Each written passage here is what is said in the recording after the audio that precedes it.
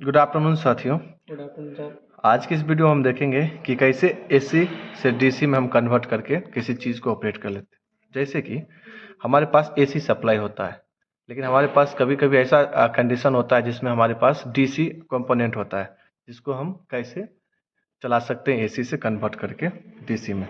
तो इसका कन्वर्ट करने में बहुत सारा प्रोसेस होता है, जिसमें फर्स्ट आप लोग को दिखा रहे हैं कि ट्रांसफार्मर होता है। जो ट्रांसफार्मर बेसिकली हम यूज़ करते हैं, ये होता है स्टेप डाउन ट्रांसफार्मर होता है। कौन सा होता है? स्टेप डाउन होता है। इसको कन्वर्टिंग का प्रोसेस जानने से पहले थोड़ा सा इसका हम एप्लीकेशन जान लेते हैं कि ये किस प्रकार से ये कन्वर्ट करता है और इसमें क्या क्या कंपोनेंट की जरूरत होती है। फिर उसके बाद हम इसका प्रैक्टिकल भी करेंगे। देखिए, उसका हमने डायग्राम बनाया है। देखिए, ये जो है फर्स्ट ये ट्रांसफार्मर का देख सकते हैं बाइंडिंग है। ये जब भी स्टेप डाउन होता है तो नंबर ऑफ टर्न्स जो प्राइमरी बाइंडिंग होता है उसमें ज़्यादा होता है, सेकेंडरी बाइंडिंग में हमेशा कम होता है स्टेप डाउन के प्रोसेस में, देख सकते हैं। और इसमें हमने टोटल चार डायोड का भी यूज़ किया है। ठीक है, उसके बाद हम तब जाके कन्वर्टिंग का ये प्रोसेस कंप्लीट हुआ। अब इसका हम थोड़ा सा जान लेते हैं ट्रांसफार्मर के बारे में। देखिए, ये जो है एसी सप्लाई हम इसमें देते हैं और ये कन्वर्ट करता है। देखिए, एसी सप्लाई हम देते हैं तो एसी में ही कन्वर्ट करता है। जब तक ये डायोड का हम यूज नहीं करेंगे तब तक ये एसी से हाई वोल्टेज को क्या करेगा, सिर्फ स्टेप अप को ये क्या करेगा, सिर्फ स्टेप डाउन करेगा। एसी को एसी में ही करेगा जब तक कि हम डायोड इसमें यूज ना करें। देखिए, ये डायोड को हम ब्रिज रेक्टिफायर भी कहते हैं। Bridge rectifier. अब डायोड का कनेक्शन क्या होती है, हम उसके बारे में थोड़ा सा देख लेते हैं। देखिए, हमको 4 डायोड की जरूरत पड़ती है। इसमें टोटल हमें 4 डायोड की जरूरत पड़ती है, जिसमें आप ये डायग्राम में भी देख सकते हैं। पहला जो डायोड रहेगा, पहला 2 डायोड, इसका जो होता है आप देख सकते हैं, जिस साइड सिल्वर है, जो सिल्वर होता है उसको हम कहते हैं कैथोड, यानी निगेटिव टर्मिनल। तो 2 निगेटिव टर्मिनल को हम एक साथ मर्ज करेंगे, यानी एक साथ क्या करेंगे, जोड़ेंगे। जोड़ने के लिए हम कुछ इस प्रकार से जोड़ेंगे। अभी हम इसको बना रहे हैं ब्रिज रेक्टिफायर। ठीक है, ये करेंगे। उसके बाद 2 तो हम निगेटिव कर लिए, अब 2 को दोनों का पॉजिटिव आप जोड़ेंगे।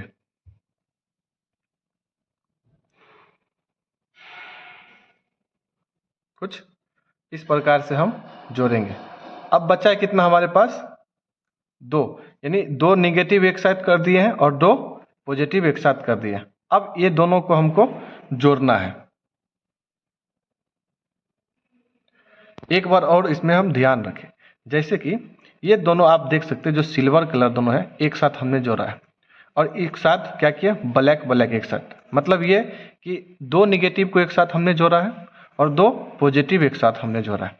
अब क्या करेंगे, ये बचा है क्या, इसका पॉजिटिव और इसका निगेटिव, और इसका पॉजिटिव इसका निगेटिव। आप यहाँ भी देख सकते हैं, यहाँ पर देखिए डायोड का ये निगेटिव और डायोड का ये निगेटिव, दोनों के जो है पॉजिटिव एक साथ यहाँ पर जुड़ा हुआ है और यहाँ पर दोनों डायोड का निगेटिव एक साथ जुड़ा है।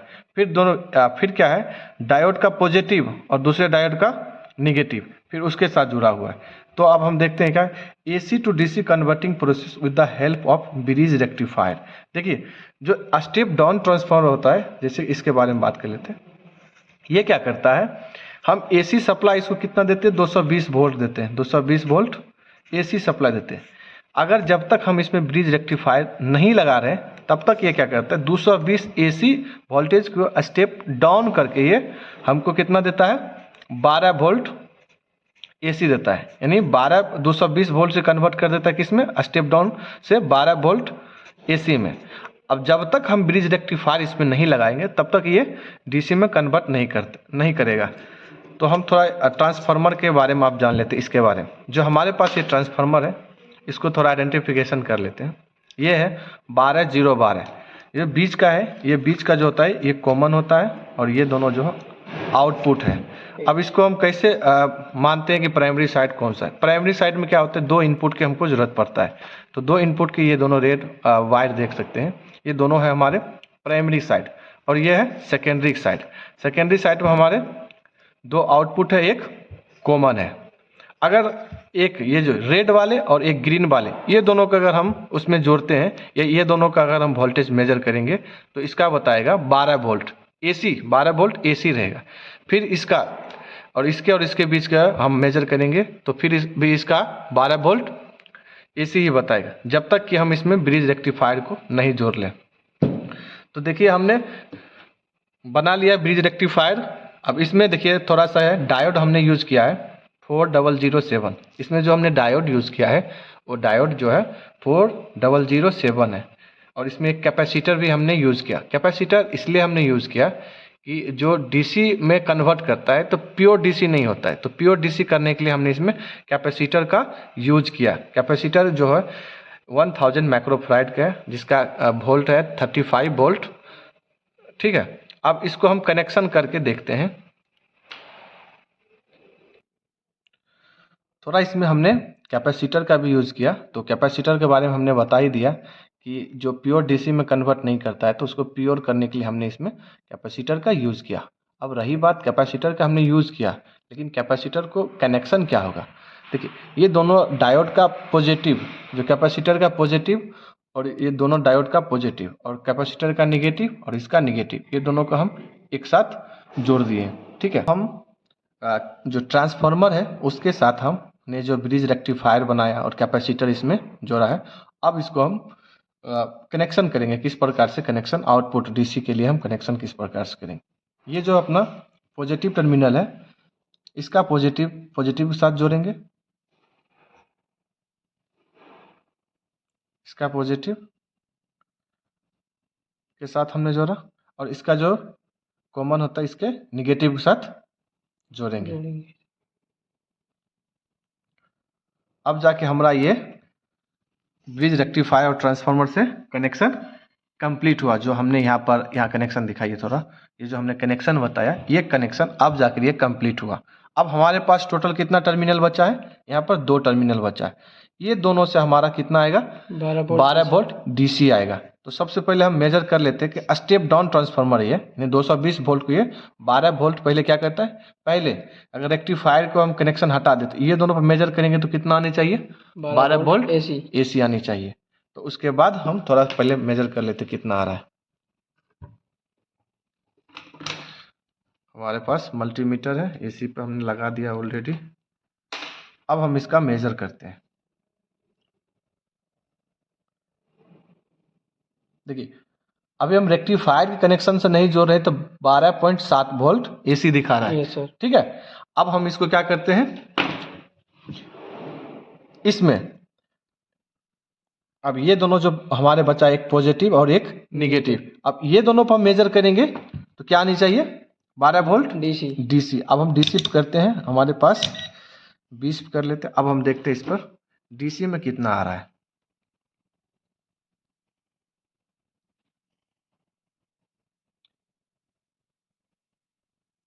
DC में लगभग 17 वोल्ट आ रहा है। अब हम देखते हैं ये बल्ब इसे जल पाता है या फ्यूज हो जाता है।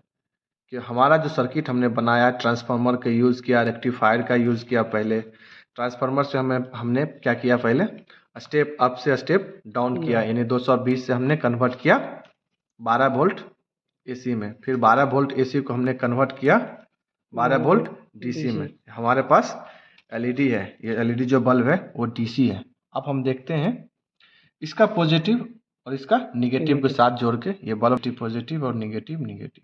देखिए ये जो हमारा बल्ब है ये सिस्टमेटिक रूप से कन्वर्ट, यानी जो हमने ये प्रोसेस किया कन्वर्टी का AC टू DC में, ये सक्सेसफुली हमारा सर्किट जो है कंप्लीट हो चुका है। जिसमें हमने देख रहे हैं इसमें DC बल्ब भी लगाकर और DC बल्ब प्रॉपर इस पे वर्क कर रहा है। तो थोड़ा सा हम इस पे और एक बार हम बात कर लेते हैं।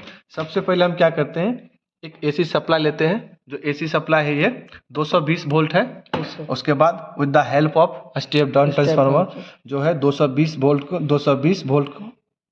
AC वोल्ट को ये कन्वर्ट करता है सबसे पहले किसमें, 12 वोल्ट AC में। ये ट्रांसफार्मर होता है स्टेप डाउन और स्टेप अप का काम करता है। वो हमेशा ट्रांसफार्मर कभी कन्वर्ट नहीं करता, ट्रांसफार्मर हमेशा स्टेप डाउन करता है या स्टेप अप करता है। सिर्फ AC में ही ट्रांसफार्मर वर्क नहीं करता है DC। ठीक है, तो ये क्या किया है, 220 को कन्वर्ट किया है 12 वोल्ट AC में। अब 12 वोल्ट AC सप्लाई यहाँ तक आ रहा है, तो हमने 4 डायोड का यूज करके रेक्टिफायर बनाया, यस सर। रेक्टिफायर में तुमने हमने सप्लाई दिया 12 वोल्ट एसी, तो तब जाके वो क्या किया है 12 वोल्ट डीसी में कन्वर्ट किया।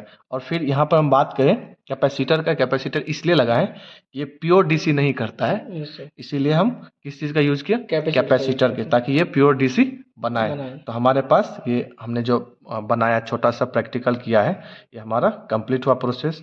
उम्मीद है कि ये वीडियो आपको हेल्पफुल हुआ होगा। अगर अच्छा लगे तो इस चैनल को लाइक शेयर एंड सब्सक्राइब करिएगा, और मिलते किसी और वीडियो के साथ, तब तक के लिए बाय।